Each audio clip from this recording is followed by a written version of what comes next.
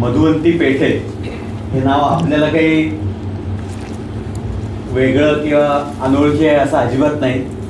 ते आपल्या सगळ्यांच्या करता, पुणेकरांच्या करता आता ते सुपरिचित झालेलं आहे. आपल्याला माहितीच आहे, मी त्यांची जास्त ओळख करून देत नाही, मी कीर्तनाविषयी सांगणार आहे. पण तरी सुद्धा की त्या स्वतः उत्तम गायिका आहेत, त्या स्वतः संगीतकार आहेत आणि आपल्याला माहितीच आहे की त्यांचं आपण नाटकही आपण पाहिलेलं आहे, ज्याला आपण असं म्हणू शकतो की सबकुछ मधुवंती पेठे. आज जो त्यांचा कार्यक्रम आहे त्याच्याविषयी आपण माहिती घेऊयात. मधुवंतीताईंचे वडील पंडित AP नारायणगावकर हे स्वतः उत्तम कीर्तनकार होते आणि त्यांच्याबरोबर मधुवंतीताई त्यांच्या वयाच्या 7व्या वर्षापासून कीर्तनात त्यांच्याबरोबर टाळाची साथ करायला जायच्या. त्याच्यामुळे तेव्हापासून त्यांच्यावर नारदीय कीर्तनाचे संस्कार झालेले होते. एकदा त्यांना वाटलं की वडिलांप्रमाणे आपणही कधीतरी कीर्तन करावं. संस्कार लहानपणापासून झालेलंच होते, अशी त्यांची इतकी इच्छा होती. त्याच्यामुळे त्यांनी शेवटी निर्णय घेतला आणि कीर्तन म्हटलं की काहीतरी एक विषय असतो, ज्याला कीर्तनाच्या भाषेमध्ये आख्यान असं म्हणतात. त्याच्यात अर्थात पूर्वरंग उत्तररंग सगळं येतं आणि हे आख्यान आता कशावर लावायचं हे कीर्तनकार बुवा नेहमी ठरवत असतात. तर त्यावेळेला त्यांच्या मनात विचार आल्यानंतर त्यांनी विषय जो निवडला तो सुद्धा अर्थातच त्यांच्या जास्त परिचयाचा, आपल्याला सुद्धा आवडेल. त्यांनी गायनाचार्य पंडित विष्णू दिगंबर पलुसकर यांच्या कार्याचा परिचय करून देण्यासाठी नवीन त्यांनी एक आख्यान लिहिलं. कीर्तन म्हटलं की कीर्तनाच्या बाजाची काही वेगळी गाणी असतात, तर तशी कीर्तनाच्या बाजाची गाणी लिहून त्याला संगीत पण दिलं. कीर्तनाच्या बाजाची गाणी म्हणजे आपल्याला माहिती असेल की अभंग प्रकारातली गाणी मोडतात किंवा अगदी साकी दिंड्या यापर्यंत सगळं कीर्तनामध्ये येतं. त्या प्रकारची त्यांनी गाणी स्वतः लिहिली, त्याला स्वतः संगीतही दिलं आणि आज ते आपल्यासमोर पंडित विष्णू दिगंबर पलुसकर यांच्या कार्याचा हे जे काही सगळं त्यांनी केलेलं आहे त्याचं ते आख्यान इथे लावणार आहे. आता थोडीशी पंडितजींच्या विषयी थोडीशी माहिती. पंडित विष्णू दिगंबर पलुसकर यांनी शास्त्रीय संगीताच्या प्रसारासाठी आणि संगीत शिक्षण पद्धतीसाठी खूप मोलाचं कार्य केलेलं आहे. शास्त्रीय संगीतामध्ये आपण कोणी असेल तर आपल्याला हे नक्कीच पटेल, आपल्याला माहिती पण असेल. सर्वसामान्यांना शास्त्रीय संगीताची गोडी लागावी म्हणून त्यांनी अनेक सुमधुर अशी गीतं त्यांनी लिहिली, ज्याला भजनच म्हणता येईल. वानगी दाखल काही सांगायचे असतील तर पायोजी मैने राम रतन धन पायो, किंवा ठुमक चलत रामचंद्र, किंवा चलो मन गंगा जमुना तीर, अशी अनेक भजनं त्यांनी केलेली आहेत. पुढे त्यांचे सुपुत्र पंडित DV पलुसकर यांच्या आवाजात ही सगळी लोकप्रियही झाली. आज त्यांच्याबरोबर साथ संगतीला जे आहे त्यांची ओळख करून देतो. सुरुवातीला हार्मोनियमवर भक्ती ब्रह्मे गैसास. मुंबईमधल्या ज्या काही अगदी थोड्या आणि अतिशय प्रसिद्ध किंवा अतिशय आवडणाऱ्या ज्या हार्मोनियमच्या साथीदार आहेत त्यातल्या पहिल्या काही नावांमध्ये त्यांचा समावेश होतो. तुम्ही जर यूट्यूबवर जाऊन पाहिलं आणि भक्ती ब्रह्मे गैसास टाकलं तर तुम्हाला लगेच याची कल्पना येईल. त्याच्याचप्रमाणे तबल्याच्या साथीदार आहेत अथर्व कालेकर. त्यांची ओळख मुंबईतले काही आघाडीचे तबल्याच्या साथीदारांपैकी ते एक आहेत. टाळ्याच्या साथीला आहेत मुकुंद जोशी, हे आपले पुणेकर आहेत, ते इथे आलेले आहेत मुद्दाम. मी हे सगळी मंडळी मधुवंतीताई, हार्मोनियमच्या साथीदार भक्ती ब्रह्मे गैसास, तबल्यावरचे अथर्व कालेकर, ही सगळी मंडळी मुद्दाम मुंबईहून आज इथे आलेली आहेत आपली कीर्तन आपल्याला ऐकवण्याकरता. आपण त्यांच्याकरता एकदा जोरदार टाळ्या होतो. आता मी मधुवंतीताईंना विनंती करतो की त्यांनी कीर्तनाचं आख्यान लावावं.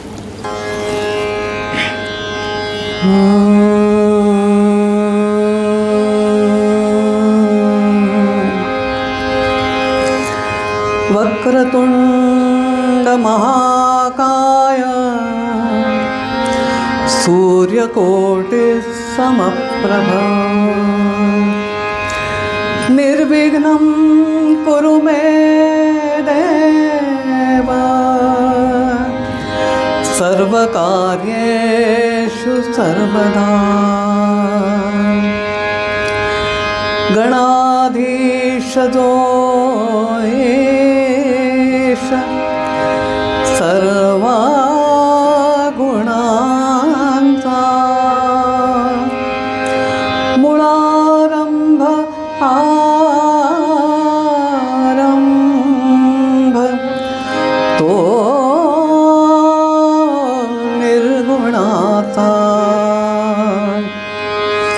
नमो शारदा मूळचत्वारमाता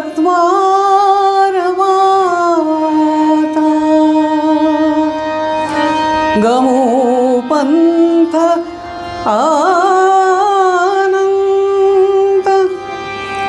या राघवाता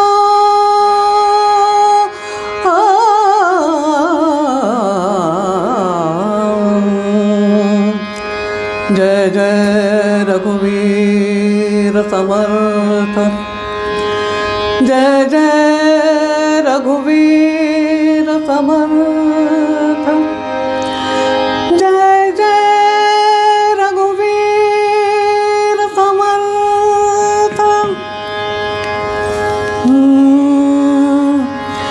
विष्णुमय जग वैष्णवांचा धर्म विष्णुमय जग वैष्णवांचा धर्म संत जनी वर्मा सांगितले संत जनी वर्मा सांगितले विष्णुमय जग वैष्णवांचा धर्म विष्णुमय जग वैष्णवांचा धर्म संत जनी वर्मा सांगितले हो संत जनी वर्मा सांगितले विष्णुमय जग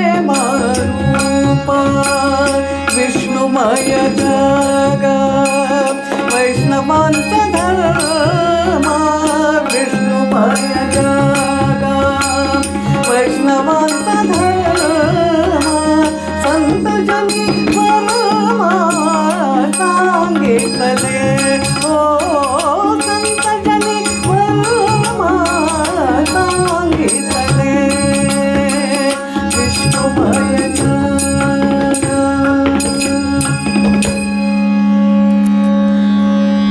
सगळ्या संतांनी आपल्याला सांगून ठेवलं आहे परोपकार करा.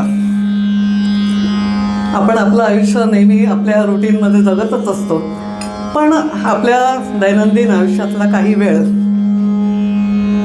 एक वेळ समाजासाठी देणं हे आवश्यक आहे. तन मन धनाने कशाही प्रकारे समाजासाठी काहीतरी करणं हे महत्त्वाचं आहे.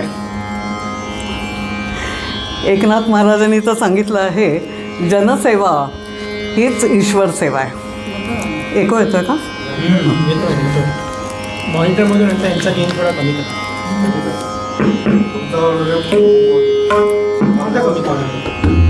ठीक आहे. तसंच समर्थ रामदासांनी सांगितलेलं आहे जे जे आपणासी ठावे ते ते दुसऱ्यासी सांगावे शहाणे करून सोडावे सकळ जन. आपल्याला जे काही माहिती आहे जे काही ज्ञान आहे हे आपण इतरांना द्यावं.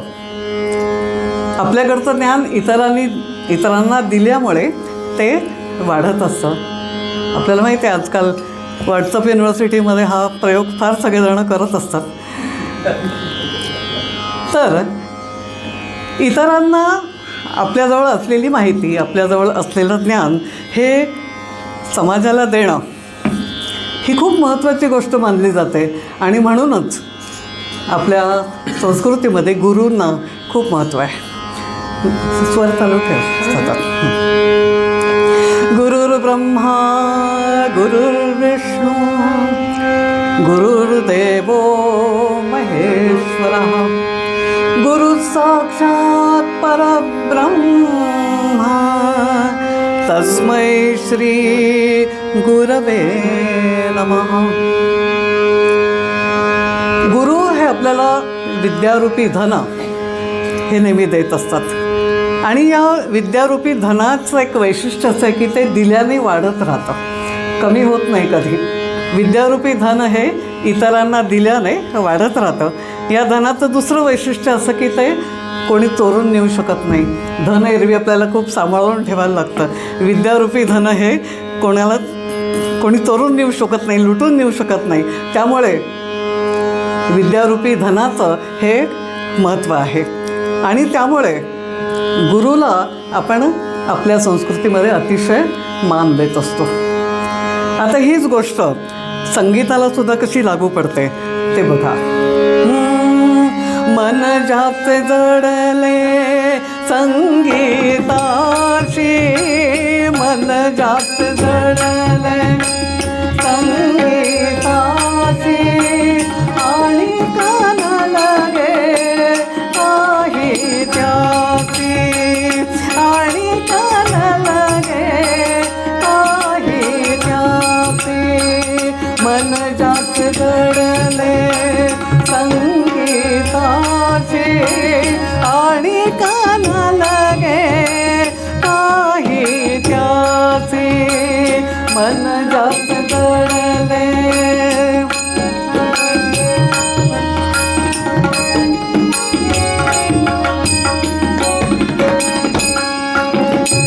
ध्यास एक मानी ध्यास एक जानी, ध्यास एक मानी ध्यास एक जानी. सकलांना तोषावे संगीताने, सकलांना तोषावे संगीताने. मन जात जडले संगीताशी, मन जात जडले संगीताशी आणि कान लगे काही त्याची. मन जात जडले संगीताशी, मन जात जडले. जय जय रघुवीर समर्थ. तर सुजन हो, संगीत ही अशी कला आहे, ती कलाकाराला स्वतःला आनंद देतेच पण ऐकणाऱ्यांना पण देते. स्वार्थाबरोबर परमार्थ साधणं ज्याला म्हणतात ते संगीताच्या बाबतीमध्ये अतिशय लागू पडतं. आणि या संगीताच्या सुरात रमणारा कलाकार हा नेहमी स्वस्थ राहतो. स्वस्थ म्हणजे आरोग्यदायी राहतो. संगीताचा अभ्यास केल्याने, संगीताचा उपासना केल्याने जसा कलाकार आरोग्यदायी राहतो तसं संगीत ऐकणारा पण आरोग्यदायी राहतो. संगीताचं हे खूप मोठं वैशिष्ट्य आहे की संगीत कलेचा तुम्ही आस्वाद घ्या, तुम्ही श्रवण करा. त्या संगीत ऐकल्यामुळे सुद्धा आपल्याला माहिती म्युझिक थेरपी आता हल्ली सगळीकडे प्रचलित आहे आणि त्या रागांचे स्वर हे आपण ऐकल्यामुळे आपल्याला आरोग्यसंपन्न आयुष्य असं जगता येतं. दुसरं म्हणजे संगीताशी दुसरी एक महती आपण असं सांगू शकतो की संगीतामुळे आपण ईश्वराच्या निकट जातो. ईश्वराच्या जवळ जाण्याचा एक मार्ग म्हणजे संगीत असं आपण म्हणतो. कारण षोडशोपचार पूजा ज्याला म्हणतात त्याच्यामध्ये नामसंकीर्तन हा पण एक आराधनेचा प्रकार मानला जातो. त्यामुळे संगीतामुळे आपण ईश्वराच्या जवळ जातो आणि असा भजन कीर्तनात रमणारा भक्त हा देवाला पण प्रिय असतो. त्यामुळेच समर्थ रामदास स्वामी संगीताला धन्य ते गायनी कळा असं म्हणतात. आणि आपले सगळेच संत नामसंकीर्तनात रंगून जाणारे असतात. तुकाराम महाराज अभंग गाताना सगळा प्रपंच विसरून जात असत. गोरोबा कुंभार पायी माती तुडवताना आपलं नेहमीचं काम करताना इतके मग्न होऊन जायचं आहे नामसंकीर्तनात. त्याचप्रमाणे नामदेव महाराजांच्या कीर्तनात तर प्रत्यक्ष भगवंत येऊन उपस्थितीत हजर असायचे असं म्हटलं जातं. हे नामसंकीर्तनाचं महत्त्व समर्थ रामदास म्हणतात, रामदास म्हणे, रामदास म्हणे, माझा आता रे रामदास म्हणे, माझा आता रे मुक्ती न लगे गुण गाता रे, रामी रंगले मन माझे रे, रामी रंगले मन माझे रे, रामी रंगले मन माझे रामी रंगले मन माझे माझे रे नावडे आणि काही तुझे रे, रामी रंगले मन माझे रे, रामी रंगले नावडे आणि काही तुझे रे, रामी रंगले मन माझे रे, रामी रंगले रामी रंगले रामी रंगले मन माझे. असं प्रत्येक संतांनी नामसंकीर्तनाचं महत्त्व समजून आपल्याला सांगितलेलं आहे आणि ईश्वराची आराधना करण्याचं एक साधन म्हणून आपण संगीत कलेकडे बघत असतो. म्हणूनच आपण निरूपणाच्या अभंगामध्ये असं म्हटलं होतं, विष्णुमय जग वैष्णवांचा धर्म, विष्णुमय जग वैष्णवांचा धर्म, संत जनी वर्मा सांगितले, संत जनी वर्मा सांगितले, मन जात दडले संगीताशी, मन जात दडले संगीताशी आणि गाना लगे काही त्याची, मन जात दडले संगीताशी, मन जात दडले. जय जय रघुवीर समर्थ. आता थोडा वेळ आपण रामनामाचा गजर करूया. रघुपती राघव राजा राम, पतित पावन सीताराम, रघुपती राघव राजा राम, पतित पावन सीताराम, रघुपती राघव राजा राम, पतित पावन सीताराम, रघुपती राघव राजा राम, पतित पावन सीताराम, रघुपती राघव राजा राम, पतित पावन सीताराम, रघुपती राघव राजा राम, पतित पावन सीताराम, रघुपती राघव राजा राम, पतित पावन सीताराम, रघुपती राघव राजा राम, पतित पावन सीताराम, रघुपती राघव राजा राम, पतित पावन सीताराम. समर्थ.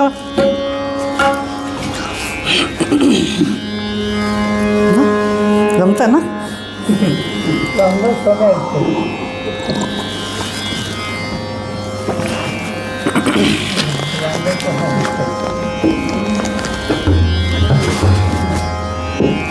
काय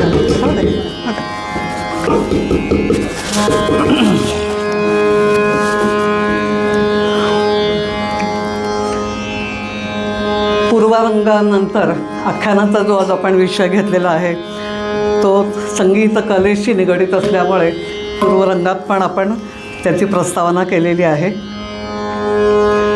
संगीत शिक्षणाचे आद्य गुरु असं ज्यांना म्हणता येईल, संगीतोद्धारक गायनाचार्य पंडित विष्णू दिगंबर पलुस्कर यांचं जीवनकार्य आपण आज समजून घेणार आहोत.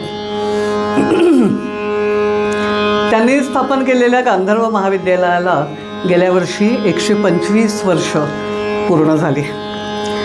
त्यामुळे 125 वर्ष जे कार्य चालू आहे त्याचे संस्थापक त्यांच्याबद्दल जाणून घेण्यासाठी आणि त्यांच्याबद्दल जास्तीत जास्त लोकांपर्यंत ही माहिती पोचावी म्हणून मी हा कीर्तनाचा थोडासा अल्पसा प्रयत्न करते. आपल्याला माहिती आहे आज आपण संगीत क्षेत्रामध्ये इतके वेगवेगळे कार्यक्रम ऐकायला जातो. मुक्तपणे सगळीकडे कलाकार गात असतात, सगळीकडे कलाकारांना मुक्त व्यासपीठ आहे, श्रोते मनसोक्त ऐकत असतात. आमच्यासारख्या स्त्री कलाकार व्यासपीठावर अभिमानाने बसून आज जी कला सादर करतात, आमच्यासारख्या स्त्रिया मुली करिअर करतात संगीताच्या बाबतीत आयुष्यभर, या सगळ्याचं श्रेय जातं पंडित विष्णू दिगंबर पलुस्कर ह्यांना. त्यामुळे त्यांचं आपण आज चरित्र गाणार आहोत. यस्य सर्वे समारंभाः यस्य सर्वे समारंभाः संगीतोद्धार हेतवे तस्मै श्री दिगंबरांशाय विष्णवे गुरवे नमः. ज्यांचा प्रत्येक कार्यक्रम, प्रत्येक समारंभ हा संगीताचा उद्धार करण्यासाठी, संगीताचा प्रसार करण्यासाठीच होता, अशा दिगंबर पुत्रास विष्णू दिगंबर पलुस्कर गुरुवर्य यांना माझे शतशः प्रणाम. पलुस्करांचे शिष्य कानपूरचे लक्ष्मणराव बोडस हे आपल्या गुरुचं वर्णन कसं करतात ते पहा. सब भारत में गूंज उठी है, सब भारत में गूंज उठी है, सप्त सुरन के नाद घुमत है, सप्त सुरन के नाद घुमत है, सब भारत में गूंज उठी है.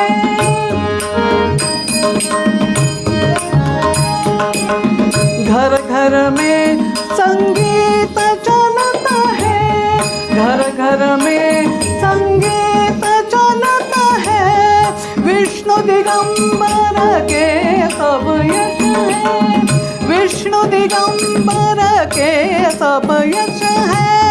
तन मन धन से लखन कहत है, तन मन धन से लखन कहत है, सब भारत में गूंज उठी है, सब भारत में गूंज उठी है, गूंज उठी है, गूंज उठी है.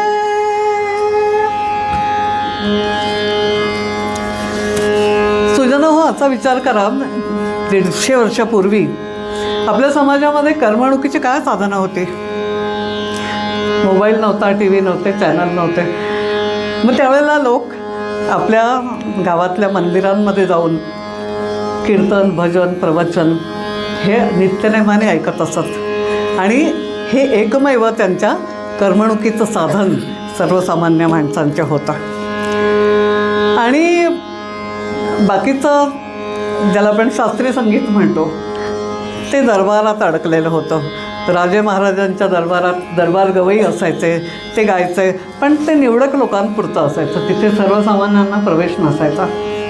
दुसऱ्या प्रकारचं उपशास्त्रीय संगीत हे कोठीवर अडकलेलं होतं की तिथे पण सर्वसामान्य माणूस जात नव्हता. त्यामुळे मंदिरात होणारी भजन कीर्तन प्रवचनं ही एकमेव करमणुकीची गोष्ट त्यावेळच्या लोकांना होती. अशावेळी सांगली जिल्ह्यामध्ये कुरुंदवाड संस्थानामध्ये एक छोटंसं गाव होतं, पलूस गाव. तिथे दिगंबर पंत गाडगीळ नावाचे कीर्तनकार होते. असंच आपल्या पंचक्रोशीतल्या वेगवेगळ्या गावांमध्ये जाऊन कीर्तन करावं, प्रवचनं द्यावीत, त्याच्यावर त्यांची उपजीविका चालत असे. पलूस गावचे कीर्तनकार म्हणून लोक त्यांना पलुसकर असं म्हणून ओळखायला लागले. दिगंबर पंत गाडगिळांना पलुसकर हे नाव त्याच्यामुळे पडलं की पलूस गावचे कीर्तनकार हे पलुसकर आले. त्या छोट्याशा गावाच्या नावावरनं त्यांचं नाव पलुसकर पडलं. आता या दिगंबर पंतांना एक मोठं दुःख होतं, त्यांची मुलं जगत नसत. हे मनात सतत त्यांच्या दुःख असायचं आणि ते प्रत्येक वेळेला विचार करायचे की मी एवढी ईश्वर सेवा करतो, इतकं त्याचं आराधना करतो, उपासना करतो, तर मला संतान असावा. शेवटी दैवदयाने त्यांचा एक पुत्र जगला आणि 19 ऑगस्ट 1872 साली त्यांच्या घरात जो पुत्र जन्मला त्याचं नाव त्यांनी विष्णू ठेवलं. साहजिकच दिगंबर पंतांना खूप आनंद झाला, त्यांचं मन अधिकच भजन कीर्तनात रंगू लागलं. पण पुन्हा एक दुर्दैव आड आलं. विष्णू तेव्हा 10 वर्षाचा होता. गावातल्या दत्तजयंतीच्या उत्सवामध्ये लावलेल्या फटाक्यांमध्ये त्यामुळे त्याच्या डोळ्याला इजा झाली आणि त्याला दिसेनासं झालं. 10 वर्षाचा कोवळा पोर आणि त्याच्यामुळे एवढं मोठं संकट त्याच्यावरती आलं. दिगंबर पंतांना खूप खूप दुःख झालं. तिथे जवळ मिरज शहर मोठं होतं, तिथे जाऊन त्यांनी उपचार करायला सुरुवात केली. पण सतत त्यांच्या मनात हेच नेहमी असायचं की देवा माझ्या विष्णूला बरं कर, माझ्या विष्णूची दृष्टी परत येऊ दे. देवा धाव रे लवकरी, देवा धाव रे लवकरी, देवा धाव रे लवकरी. संकट पडले भारी, संकट पडले भारी. हरि तू अमुता कैवारी, हरि तू अमुता कैवारी. आले विघ्न निवारी, देवा धाव रे लवकरी, देवा धाव रे लवकरी, देवा धाव रे. वर्ष 1.5 वर्ष खूप उपचार झाले. मिरजेतल्या डॉक्टरांनी अथक प्रयत्न केले, पण त्यात पूर्ण यश काही आलं नाही आणि विष्णूची दृष्टी ही अधू राहिली. आता दिगंबर पंतांकडे खूप मोठा प्रश्न निर्माण झाला की आता याचं आयुष्यभर कसं होणार. ह्याला तर आता शालेय शिक्षण जमणार नाही, मग आता ह्याला आपण संगीताकडे वळवूया असा त्यांनी विचार केला आणि ते पुन्हा त्याला घेऊन मिरजेत आले. त्यावेळी ग्वाल्हेर घराण्याचे ज्येष्ठ गायक पंडित बाळकृष्णबुवा इचलकरंजीकर हे मिरज संस्थानामध्ये दरबार गवई होते. ज्यांनी उत्तर हिंदुस्थानातली शास्त्रीय संगीताची गंगा महाराष्ट्रात आणली ते पंडित बाळकृष्णबुवा इचलकरंजीकर. ते मिरजेच्या दरबारामध्ये गवई होते. ही गोष्ट जाणून होते दिगंबर पंत आणि त्यांनी विष्णूला त्यांच्याकडे नेलं. सगळी हकीकत कथन केली आणि त्यांना विनंती केली की माझ्या विष्णूला तुम्ही संगीत शिकवा म्हणून. बाळकृष्णबुवांनी पाहिलं त्याच्याकडे. तो अगदी असा घाबरलेला छोटासा जीव तिथे उभा होता. काय म्हणतात, कानात प्राण आणून वाट बघत होता. बुवा काय म्हणतात. बुवांनी विचारलं, काय गातोस का काही? हो, वडिलांच्या कीर्तनामधली काही अभंग गातो मी. गाऊन दाखव. संतांची द्वारी होईन द्वारपाळ, संतांची द्वारी होईन द्वारपाळ, न सांगता सकळ करीन काम, न सांगता सकळ करीन काम, तेणे माझ्या देवा होईल समाधान, तेणे माझ्या देवा होईल समाधान, या परते साधन आणि नाही, या परते साधन आणि नाही, संतांची द्वारी होईल द्वारपाळ, संतांची द्वारी होईन द्वारपाळ, सांगता सकळ करीन काम, तेणे माझ्या देवा होईन समाधान, या परते साधन आणि नाही, संतांची द्वारी होईन द्वारपाळ, संतांची द्वारी होईन द्वारपाळ, होईन द्वारपाळ, होईन द्वारपाळ.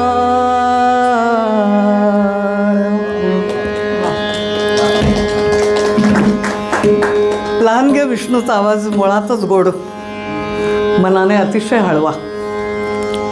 त्याचं भावपूर्ण गायन ऐकलं आणि बाळकृष्णबुवा तयार झाले. त्याला शिकवायला शिष्य म्हणून त्यांनी स्वीकारलं.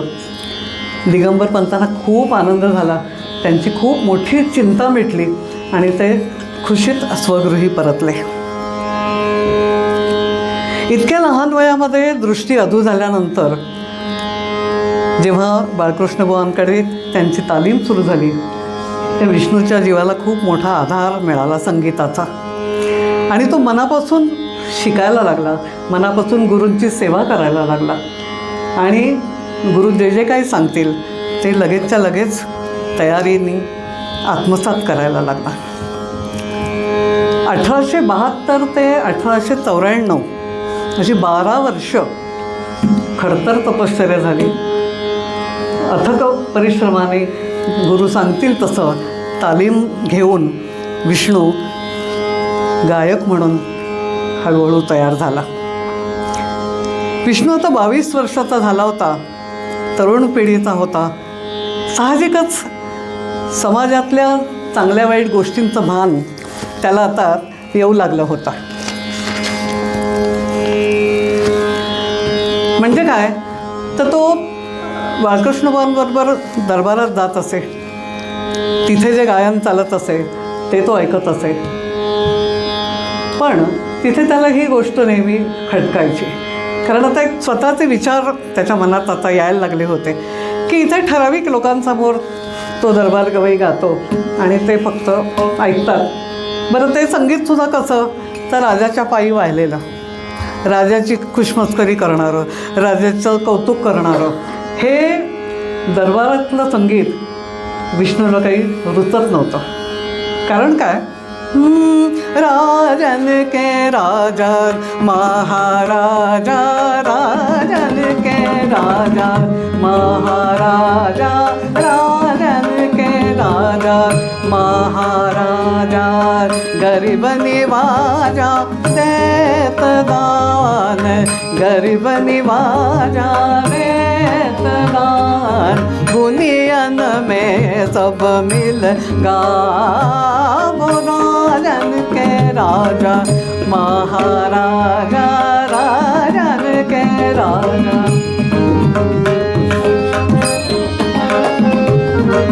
चरण तक आए मन भाए, चरण तक आए मन भाए, फल पाए तुम बिन कौन खबर ले सिर ताजा, राजन के राजा, महाराजा राजन के राजा, महाराजा राजन के राजा, राजन के राजा, राजन के राजा, महाराजा।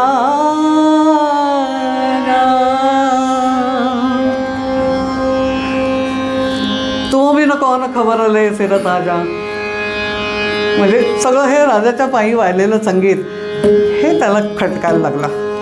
नाही, हे संगीत आपण लोकांपर्यंत पोचवलं पाहिजे. बरं, तो समाज कसा होता त्यावेळेला तुम्हाला गंमत सांगते. म्हणजे हा विरोधाभास कसा आहे बघा. विष्णूच्या मनात विचार येत होतात की संगीत आपण समाजापर्यंत पोचवू, पण समाजातले लोक काय विचार करत होते कलाकाराबद्दल. संगीत शिकणारा म्हणजे वाया गेलेला, त्याला समाजामध्ये स्थान नव्हतं, त्याचं कौतुक होत नव्हतं गावामध्ये, त्याला कुठल्याही समारंभाला बोलवलं जात नसे. का? तर हा गाणं शिकतो. काही येत नाही म्हणजे गाणं शिकायचं, असा समाज होता पूर्वी. हा समाजाचा दृष्टिकोन असताना सुद्धा विष्णूने ठरवलं, कारण आता त्याला संगीत शिक्षणाने आणि एकूणच सगळी परिस्थिती बघून 20-22 वर्ष झाल्यानंतर एक आत्मविश्वास आला होता की आपण काहीतरी केलं पाहिजे. ठीक आहे, कोणतंही चांगलं काम करताना समाजातनं विरोध होतो, टिंगलटवाळी होते, हे माहीत होतं त्याला, पण आपण जे मनात ठरवलं आहे हे आपण करायचं, हा त्याचा दृढनिश्चय होता. काय ठरवलं त्यांनी पहा. विष्णूने काय निश्चय केला. करीन मी संस्कार ऐकविन सकला अभिजात संगीताला. बघा, पहिलं काय ठरवलंय त्यांनी. करीन मी संस्कार ऐकविन सकला अभिजात संगीताला, प्रेमे ऐकून गीते, प्रेमे ऐकून गीते, भजतील गाऊन ईश्वराला. आणि काय ठरवलं. स्वरानंदे तोषविन सकला, धन सन्मान मिळो गायकाला. पहा केवढा मोठा विचार केलाय, स्वतःपुरता नाही. स्वरानंदे तोषविन सकला, धन सन्मान मिळो गायकाला, हीच प्रार्थना नित करीतो ईश्वराला. जय जय रघुवीर समर्थ. केवढं मोठं ध्येय समोर ठेवलं पहा. अशा प्रकारे आयुष्याचं ध्येय ठरवून गवई विष्णू दिगंबर पलुसकर मिरजेतनं बाहेर पडले. आता लक्ष एकच, संगीत घराघरात पोचवायचं. पण शास्त्रीय संगीत जर लोकांपर्यंत पोचवायचं आहे तर हा जो भजन कीर्तन ऐकणारा समाज आहे त्याला हे शृंगारिक पद्धतीचं, ह्या वेगवेगळ्या अर्थाच्या बंदिशींचं कर्मणूक प्रधान असं संगीत जे आहे हे पचेल, हे रुचेल का, हा विचार मनात आला.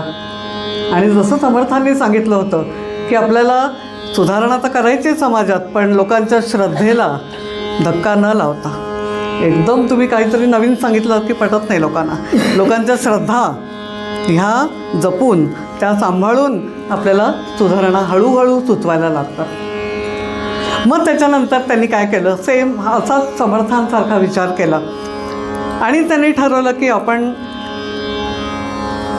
शास्त्रीय संगीतावर आधारित भजनं, नवीन गाणी तयार करायची. आणि मग त्यांनी सूरदास, कबीर, संत मीराबाई यांच्या भजनांना शास्त्रीय संगीतावर आधारित अशी सुंदर सुंदर चाली देऊन नवीन भजनं तयार केली. आता रामचरित मानसमध्ये पण अनेक दोहे त्यांनी घेतले आणि तुम्हाला माहिती आहे की ह्या मंदिरांमध्ये जी भजन कीर्तनं चालायची त्याच्यात हा शास्त्रीय संगीताचा रंग मिसळल्यामुळे त्याची थोडी गोडी आणखीन वाढली आणि त्यांच्या गाण्यात जी एक प्रासादिकता होती, लोकांच्या मनापर्यंत पोचण्यासाठी गाण्यामध्ये नेहमी भावना लागतात, त्याला आपण प्रासादिक गाणं म्हणतो. आणि ही प्रासादिकता जपून जो शास्त्रीय संगीत गातो ते शास्त्रीय संगीत लोकांच्या हृदयापर्यंत पोचतं, हे खूप महत्त्वाची गोष्ट असते. त्यामुळे त्यांनी या सुंदर सुंदर चाली दिल्या भजनांना. आणि आपल्याला माहिती आहे की आपण त्यांचे पुत्र देवी पलुसकर यांच्या आवाजात अनेक रेकॉर्ड ऐकल्या की ज्या मूळच्या चाली विष्णू दिगंबरांच्या आहेत. त्याच्यामध्ये पायोजी मैने रामरतन आहे, ठुमक चलत रामचंद्र आहे, कहा कै पती कवा हे आहे. अशी अनेक भजनं त्यांनी नवीन स्वतः तयार केली. त्यातलंच एक लोकप्रिय भजन, चलो मन गंगा जमुना तीर, चलो मन गंगा जमुना तीर, चलो मन गंगा जमुना तीर.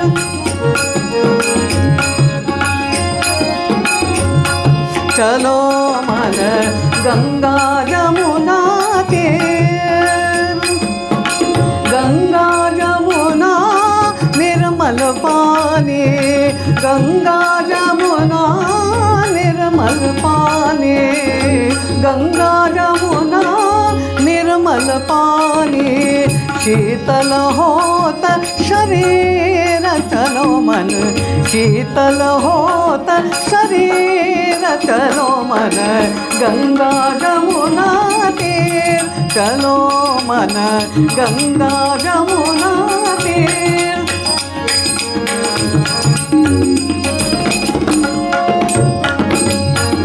बंसी बजावत गावत कान्हा, बंसी बजावत गावत कान्हा, गावत कान्हा, गावत कान्हा, बंसी बजावत गावत कान्हा.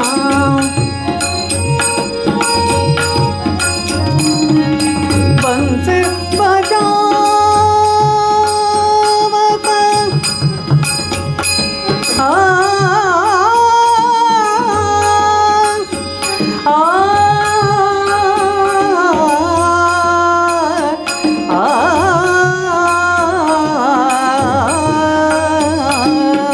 बंसी बजावत गावत कान्हा,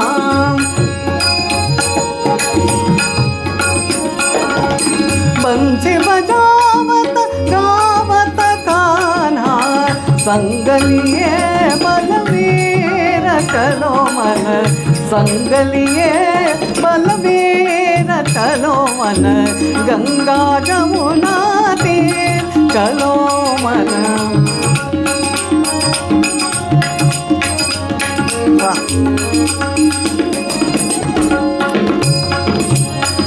मीरा के प्रभु गिरधर नागर, मीरा के प्रभु गिरधर नागर, गिरधर नागर, गिरधर नागर, मीरा के प्रभु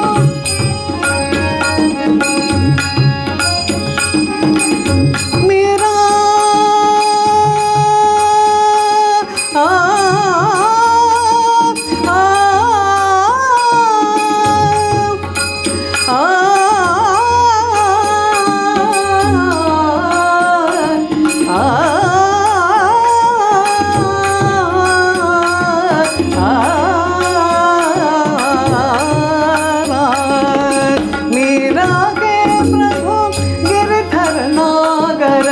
मीरा के प्रभु गिरिधर नागर, चरण कमल पर शीर चलो मन, चरण कमल पर शीर चलो मन, गंगा जमुना तीर चलो मन, गंगा जमुना तीर चलो मन, गंगा जमुना, गंगा जमुना, गंगा जमुना तीर.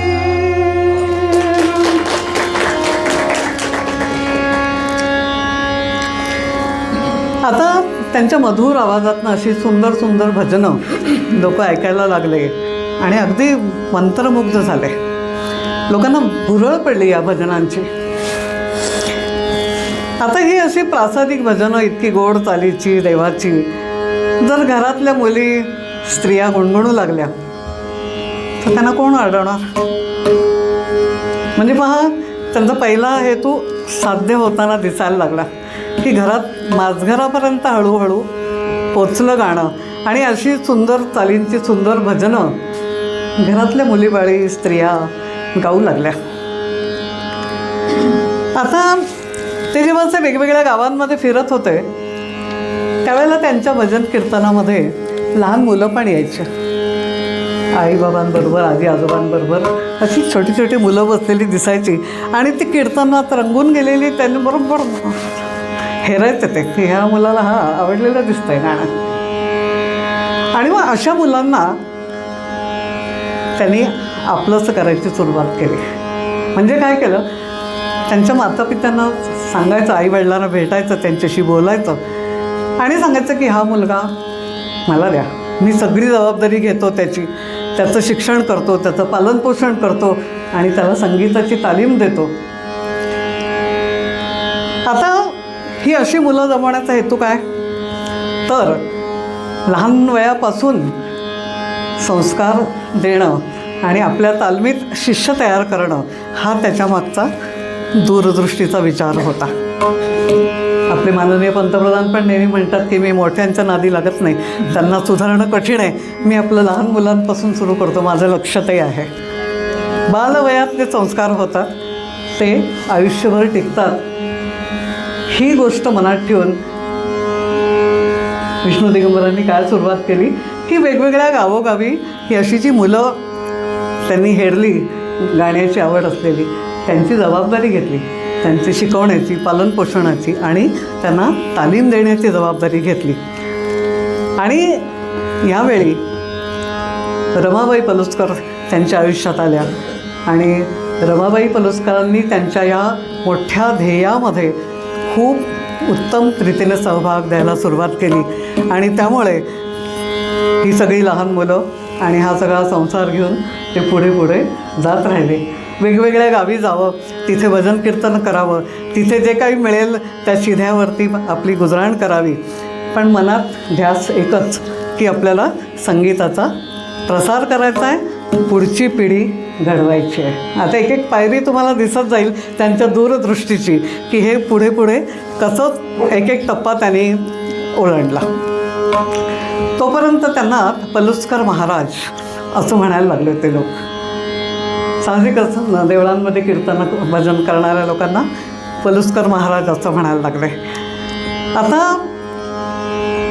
ह्या लहान मुलांपुढे आदर्श ठेवायचा आपल्याला. तो आदर्श कसा हवा, साधी राहणी, सात्विक आहार, निर्व्यसनीपणा, आपल्या स्वतःच्या आचरणातून वागण्या बोलण्यातनं त्या मुलांवर संस्कार. मुलांना नुसतं सांगून चालत नाही, असं करा असं करू नका, आपण करावं लागतं आणि त्याला आपण संस्कार म्हणतो.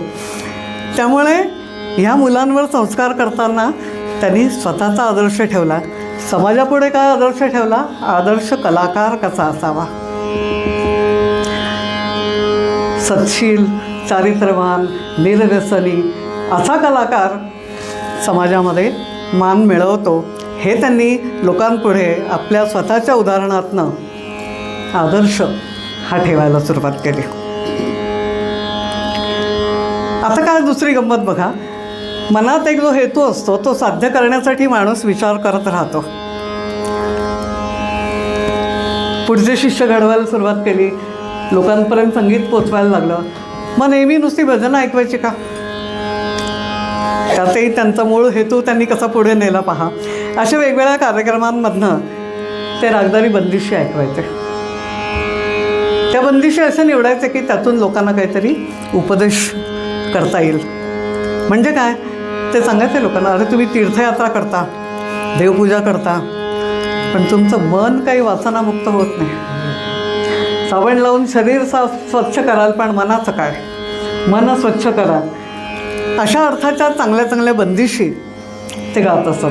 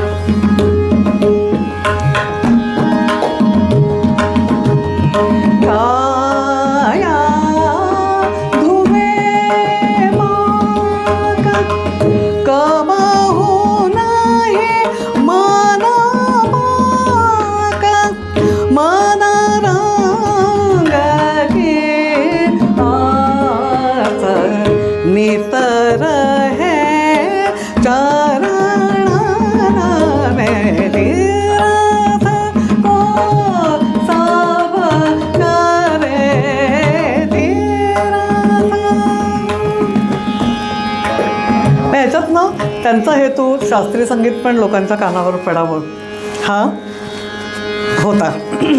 अशा प्रकारे 1896 पासून त्यांनी भारत भ्रमण सुरू केलं आणि महाराष्ट्रातून गुजरात राज्यात वेगवेगळ्या ठिकाणी असंच दिनक्रम तोच फिरत होते.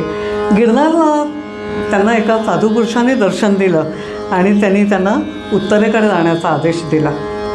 त्याप्रमाणे त्यांनी आपला प्रवास पुढे उत्तरेकडे चालू ठेवला आणि मथुरा, वृंदावन या प्रदेशांमधनं ते पुढे जात होते. अशा ठिकाणी प्रवास करताना सुद्धा ते वेगवेगळ्या ठिकाणी जे स्थानिक कलाकार होते त्यांच्याकडनं संगीताचं ज्ञान आत्मसात करत होते. म्हणजे कलाकार किती मोठा होत गेला तरी तो जोपर्यंत विद्यार्थी स्वतःला समजतो तोपर्यंत त्याची प्रगती होत राहते. आणि हे पुन्हा एक मोठं उदाहरण आहे की ते स्थानिक कलाकारांकडून रागज्ञान, शास्त्रज्ञान हे शिकत राहिले सतत. शास्त्रीय संगीताच्या बंदिशी ह्या ब्रजभाषेत असतात, त्यामुळे ते मथुरा वृंदावनला मुक्काम असताना त्यांनी ब्रजभाषेचा पण आणखीन छान अभ्यास केला. असं करता करता पुढे ते पंजाबमध्ये गेले. पंजाबमध्ये गेल्यानंतर एक गोष्ट त्यांनी हेरली की इथे सगळे सधन लोक आहेत. आपल्या महाराष्ट्रात खूप खडतर जीवन असायचं, त्या मानाने त्यांना जो बदल दिसला तिकडे की खूप शेतीवाडी, श्रीमंत लोक आहेत. आणि आणखीन एक पुढचा विचार मनात त्यांच्या काय आला बघा, जेव्हा मुळातच माणूस हुशार असतो ना, ते परिस्थिती त्याला आणखीन हुशार बनवत राहते. त्यांनी तिथे वेगवेगळ्या घराण्याच्या कलाकारांना एकत्र आणून संगीत संमेलन आयोजित केलं पंजाबामध्ये, आणि ते सुद्धा तिकीट लावून कार्यक्रम. पहा, भारतातलं तिकीट लावून पहिलं संगीत संमेलन हे जालंधरला पंजाबमध्ये विष्णू दिगंबर पलुस्करांनी आयोजित केलं आणि यशस्वी करून दाखवलं.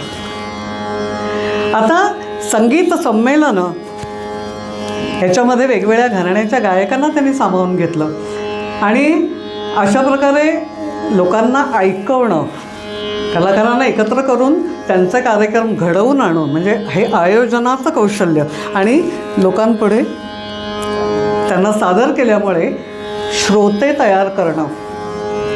कलाकार हा श्रोत्यांशिवाय अपुरा आहे. कानसेन श्रोते तयार करणं हा आणखीन एक त्यातला पुढचा उद्देश होता की संगीत ऐकायला पण शिकवावं लागतं. त्यामुळे हा जो पहिला संगीत महोत्सव झाला ते 150 वर्ष होऊन गेली. अजूनही जालंधरमध्ये हरिवल्लभ संगीत मेळा या नावाने हे संगीत संमेलन अजूनही दरवर्षी भरतं. त्याचं पहिलं भारतातलं संगीत संमेलन, याचे आयोजक म्हणून विष्णू दिगंबर पलुस्कर. पुढे लाहोरला गेले. बघा, वेगवेगळ्या शहरांमध्ये वेगवेगळे अनुभव घेत माणूस पुढे जात असतो आणि सगळं जेवढं आपण इतर जग बघत राहतो तेवढं आपण समृद्ध होत राहतो. लाहोरमध्ये गेल्यानंतर आणखीन पुढची कल्पना मनात आली की आता हा संगीताचा प्रसार करतो आहे आपण, कलाकारांना हे तयार करतो आहे, श्रोते तयार होत आहेत, तर आपण संगीत शिक्षणाची काहीतरी प्रणाली तयार करावी. जसं तुम्ही शाळा कॉलेजमध्ये अभ्यासक्रम असतो आणि शिकवलं जातं, तसं संगीत शास्त्रशुद्ध रीतीने अभ्यासक्रमासह कसं शिकवावं ह्याचा पाया घालण्यासाठी 5 मे 1901 साली गांधर्व महाविद्यालयाची स्थापना लाहोरमध्ये पहिल्यांदा झाली. हा पुढचा टप्पा मोठ्या कार्याचा त्यांच्या. आता तोपर्यंत गुरुमुखी विद्या, संगीत विद्या ही गुरुमुखीच आहे आत्तापर्यंतसुद्धा, पण ती वेगवेगळ्या लोक आपापल्या पद्धतीने शिकवत होते. पण जेव्हा अभ्यासक्रम आपण आणतो त्याच्यात एक स्टँडर्डायझेशन ज्याला म्हणतो, एक संघता यायला हवी. त्यासाठी त्यांनी संगीत विद्यालयांची स्थापना केली. संगीत विद्यालयात काय शिकायला, कशा पद्धतीने शिकवावं, सोपं काय, त्याच्यापुढे काय, त्याच्यापुढे ही जी आखणी असते त्याला आपण म्हणतो अभ्यासक्रम. परीक्षा, अभ्यासक्रम, पदवी याचं महत्त्व हे कधीही कमी होत नाही. विद्यार्थी अभ्यास न करता परीक्षेला बसला आणि 3rd क्लासमध्ये पास झाला म्हणून परीक्षेचं महत्त्व नाही कमी होत. जो विद्यार्थी अभ्यास करतो, मनापासून तयारी करतो, आमच्या गाण्याच्या परीक्षाबद्दल पण हाच माझा आग्रह असतो आणि मी सतत सांगत असते सगळ्यांना की त्या परीक्षेची एक दर्जा असतो, लेवल असते, ती तुम्ही आत्मसात करा आणि मग परीक्षा द्या.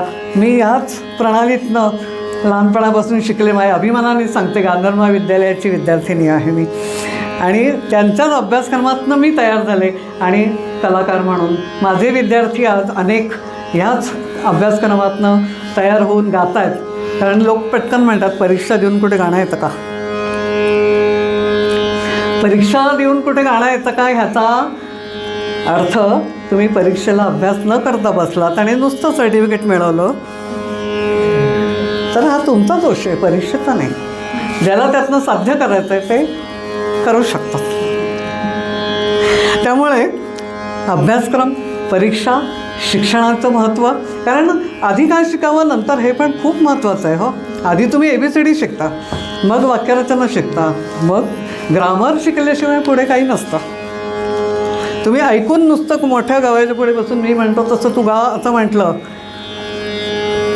त्यातलं शास्त्र समजेल तेव्हा तुमचा कला ही शास्त्राच्या पायावरती ठाम उभी राहते. हे माझं मत आहे. शास्त्राचा पाया नसला तर कला डळमळीत राहते.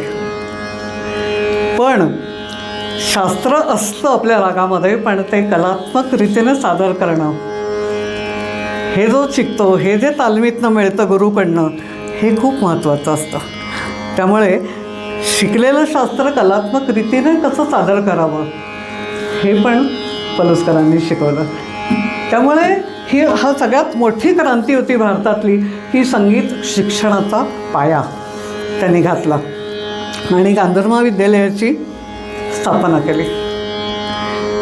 याच्या पुढची गोष्ट काय असते बघा, शिक्षण म्हटलं की कोर्स आला, पुस्तकं आली, अभ्यास आला, त्याच्यातनं तयार झाली स्वरलिपी, नोटेशन पद्धती. आपण जे जे गातो ते सगळं आपल्याला लिहिता आलं पाहिजे, लिहिलेलं वाचता आलं पाहिजे, वाचलेलं गाता आलं पाहिजे. बरं, त्यामुळे जे जे आपण गातो ते सगळं लिहू शकतो आणि ते शास्त्रशुद्ध रीतीने त्याचा प्रसार होतो.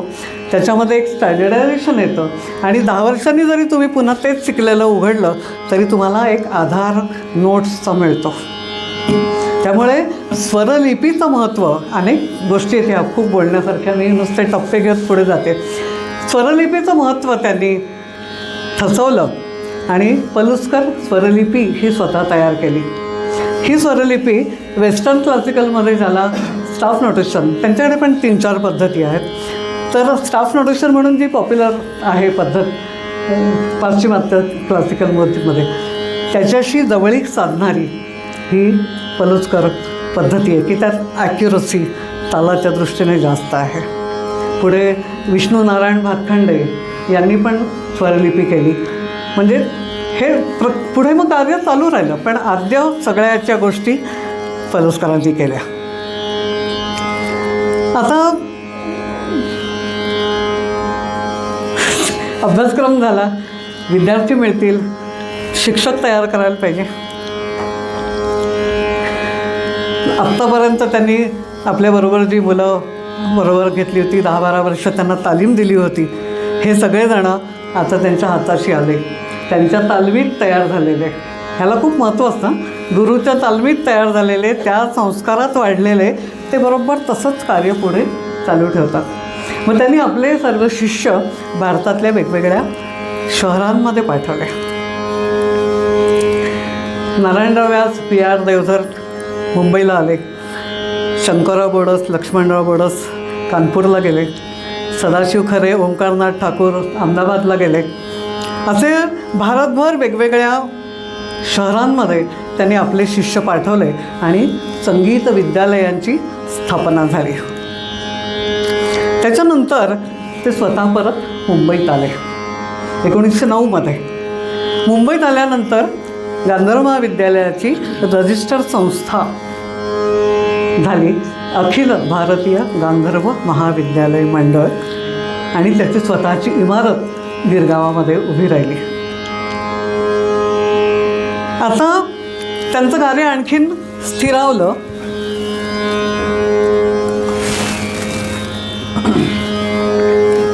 विद्यार्थ्यांना शिष्यवृत्ती देऊ लागले. अभ्यासक्रमाची पुस्तकं छापण्यासाठी स्वतः प्रिंटिंग प्रेस काढला त्यांनी आणि अभ्यासक्रम स्वतः शिकवणं. आपण जी संगीतात वेगवेगळी वाद्य वापरतो त्या वाद्यांची ओळख शिष्यांना करून देणं, त्या वाद्यांचं प्रदर्शन भरवणं, सर्वसामान्य लोकांना त्या वाद्यांबद्दल माहिती देणं, या गोष्टी पण त्यांनी मुंबईत आल्यावर जास्त सुरू केल्या. आणि त्यांच्या पत्नी रमाबाई यांच्याबरोबर त्यांच्या बहिणी पण या कार्यात सामील झाल्या आणि त्या स्त्रियांना शिकवत असत. या दरम्यान मुंबईत पण त्यांनी संगीत संमेलन आयोजित करायची सुरुवात केली आणि त्या संगीत संमेलनाचं एक मोठं वैशिष्ट्य, हिंदुस्थानात संगीत संमेलनामध्ये जाहीरपणे एक महिला कलाकार लोकांपुढे आली. त्या होत्या गानहिरा हिराबाई बडोदेकर. 1909 साली पहिली स्त्री कलाकार जी जाहीरपणे मैफलीमध्ये आपली कला सादर करत होती. शास्त्रीय संगीत, तिकीट लावून कार्यक्रम आणि व्यासपीठावर बसून असंख्य श्रोत्यांपुढे आपलं गायनकला सादर करणारी पहिली महिला कलाकार गानहिरा हिराबाई बडोदेकर आणि ते संमेलन आयोजित करणारे विष्णू दिगंबर पलुस्कर. ही मोठी घटना इतिहासाच्या सुवर्णाक्षरात लिहिण्यासारखी आहे. आणि मग त्याच्यानंतर अनेक पुढे शिष्या तयार झाल्या, त्या पायवाटेचा राजमार्ग झाला आणि मग आमच्यासारखे अनेक कलाकार त्या राजमार्गावरनं आरामात चालायला लागले. पण ही पायवाट निर्माण करण्याचं पहिलं श्रेय पुन्हा जातं विष्णू दिगंबर पलुस्करांना. त्यांचं कार्य एवढं मोठं आहे ना की आपल्याला नुसतं सांगताना सुद्धा दमछाक होते हो, की हे सांगणं सुद्धा यातलं काही राहायला नको. म्हणून मी जस्ट नोट तिकडे बघत असते. तुम्हाला एक आश्चर्य वाटेल, मी तुम्हाला एक वाचून दाखवते. त्यांचा जो प्रिंटिंग प्रेस होता त्यात किती प्रकारची पुस्तकं त्यांनी छापली होती बघा. संगीत बालप्रकाश 3 खंड, गायकीसह रागप्रवेश 19 खंड, संगीत बालबोध 5 खंड, टप्पा होरी गायनाचे भाग, मृदंग तबला पाठ्यपुस्तकं, सतार पाठ्यपुस्तकं, भजनामृत लहरी 5 भाग, रामनामावली भजनावली. आणखीन एक गंमत तुम्हाला वाटेल, व्यायाम के साथ संगीत. आत्ता तुम्ही ॲरोबिक तुंबा काय काय सगळं बघता. हां, मग व्यायाम के साथ संगीत ही संकल्पना त्यांनी 20व्या शतकाच्या सुरुवातीला रुजवली. किती दूरदृष्टी आहे बघा त्यांची. आणि राष्ट्रीय संगीत देशासाठी काय केलं पाहिजे, तर ते वेगवेगळ्या काँग्रेसच्या अधिवेशनांमध्ये वंदे मातरम नेहमी म्हणत असत, जनगणमन म्हणत असत. या राष्ट्रीय संगीताचा पण प्रसार त्यांनी केला. त्याच्यामध्ये निरनिराळ्या वाद्यांची निर्मिती करण्याची वर्कशॉप्स त्यांनी स्वतः निर्मिती, मगाशी मी फक्त प्रदर्शनाचं बोलले, त्या निर्मितीसाठी त्यांनी वेगवेगळी वर्कशॉप्स केली. आणि मी जसं तुम्हाला सांगितलं की अनेक त्यांनी शिष्य जे तयार केले ते स्वतः गायक कलाकार तर होतेच, पण त्यांनी गुरु म्हणून कार्य खूप केलं. कारण जेव्हा कलाकार हा गुरु होतो ते एक वेगळंच रसायन असतं. कारण कलाकार जी दृष्टी देतो शिष्याला सादरीकरणाची, तो स्वतः जर परफॉर्मिंग आर्टिस्ट असेल तर तो जास्त उत्तम रीतीने कलाकार तालीम देऊन तयार करू शकतो. त्यामुळे असे जे अनेक त्यांनी गायक कलाकार निर्माण केले की ज्यांनी गुरु म्हणून काम केलं आणि आपल्या गुरुप्रमाणेच निर्व्यसनी कलाकाराची प्रतिमा जनमानसामध्ये रुजवली त्यांनी. या सगळ्यांमध्ये एक महत्त्वाचं नाव आणखीन की त्यांचे स्वतःचे सुपुत्र दत्तात्रय विष्णू पलुसकर, ज्यांना आपण डी.व्ही. पलुसकर या नावाने ओळखतो. अवघं 35 वर्षाचं आयुष्य लाभलेले डी.व्ही. पलुसकर, पण त्यांच्या रसाळ आवाजाने आणि गोड आवाजामध्ये त्यांनी ती भजनं जी गायली ही अजूनही लोकांच्या मनामध्ये रुंजी घालत असतात. आणि मला सांगायला खूप अभिमान वाटतो की डी.व्ही. पलुसकरांच्या आवाजामध्ये ही जी सगळी विष्णू दिगंबरांनी चाली लावलेली भजनं पदं ही जेव्हा रेकॉर्ड झाली तेव्हा माझे वडील ए.पी. नारायणगावकर HMBमध्ये होते आणि त्यांच्या हाताखाली ह्या सगळ्या तालमी, आमच्या चेंबूरच्या घरी या सगळ्या तालमी व्हायच्या आणि मग ती सगळी भजनं ही रेकॉर्ड झाली. हे मला खूप अभिमानाने सांगावं असं वाटतं.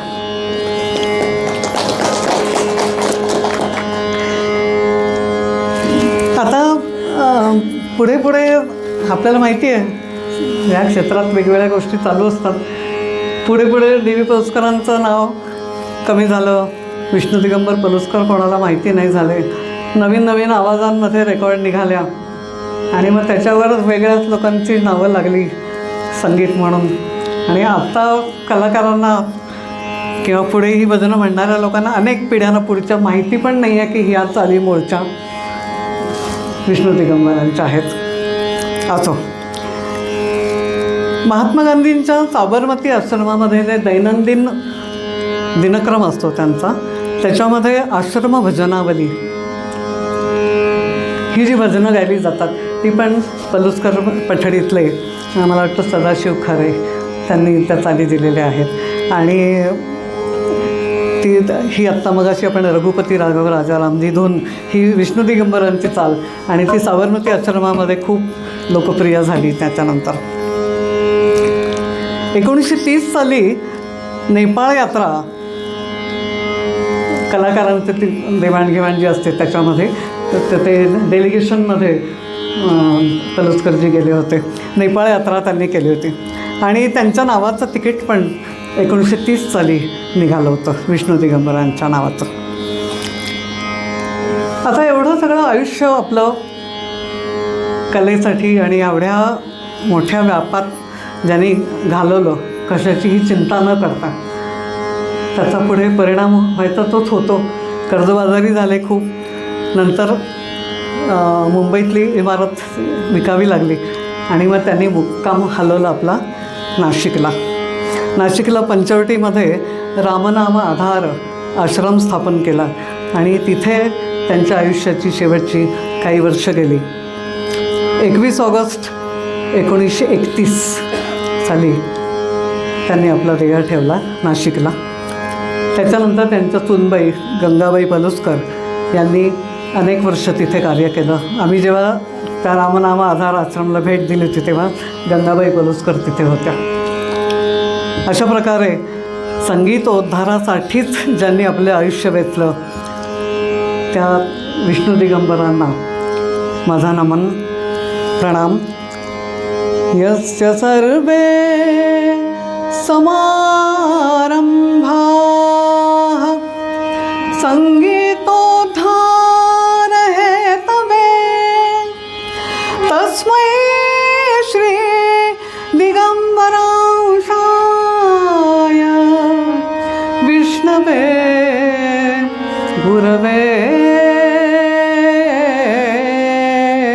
नमः. रचा प्रभु तूने यह ब्रह्मांड तारा, रचा प्रभु तूने यह ब्रह्मांड सारा. प्राणों से प्यारा तू ही सबसे न्यारा, प्राणों से प्यारा तू ही सबसे न्यारा. रचा प्रभु तूने यह ब्रह्मांड तारा.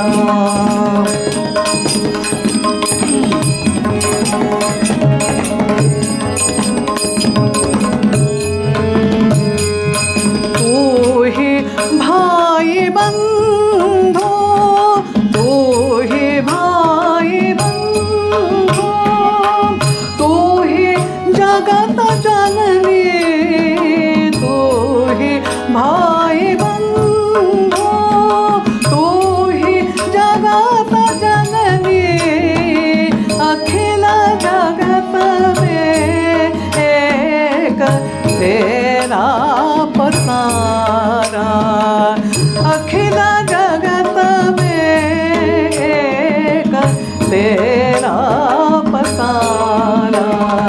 रचा प्रभु तूने यह ब्रह्मांड तारा, रचा प्रभु तूने यह ब्रह्मांड तारा.